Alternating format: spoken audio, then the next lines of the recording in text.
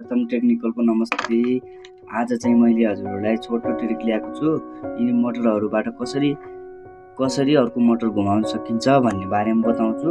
आज चाहिँ मैले यो 12-13 भोल्टको एउटा ठुलो मोटर ल्याएको छु। यो मोटर सहायतामा अर्को मोटर पनि कसरी घुमाउने बारेमा बताउँछु। हजुरहरूलाई यो भिडियो लास्टसम्म हेर्नु होला। यो मोटर ल्याएँ मैले। यो मोटरलाई पनि कसरी देखाउने भन्ने बारेमा बताउँछु। यो भिडियो छोटो छ, लास्टसम्म हेर्न नबिर्सनु होला है। अब भिडियो सुरु गरौँ। यसको प्लस तार चाहिँ यो मोटरको प्लस तारमा जोड्नु पर्छ।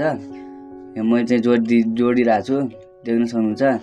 त्यहाँबाट यसको यो माइनस तार पनि यहाँ जोड्नु पर्छ। यो माइनस तार पनि मैले यहाँ जोडिदिएँ। अब तपाईहरुसँग सेलटेप छ भने चाहिँ सेलटेप लगाउनु होला, छैन भने पनि केही हुन्न। अब यो रह्यो यो मोटरमा अहिले तपाईहरुलाई देख्न अलि गाह्रो पर्छ भनेर मैले यसलाई उल्टो बनाउँछु। यो मोटरको प्लस तार चाहिँ यो मोटरको यो माइनसमा जोड्नु होला। यसको यताको माइनसमा छ, यसमा जोड्नु होला। यति गरिसकेपछि यो मोटरको काम आधा भइसक्यो।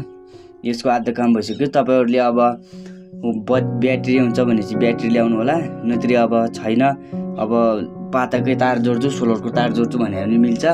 यो पाताको तार जोडेको छु मैले अहिले। यसको माइनस तार यहाँ जोड्नु होला। हेर्नु, यसको प्लस तार यहाँ टच गर्ने बित्तिकै यो घुम्न लागिसक्यो। हेर्नुहोस्, यो पनि रिग्यो।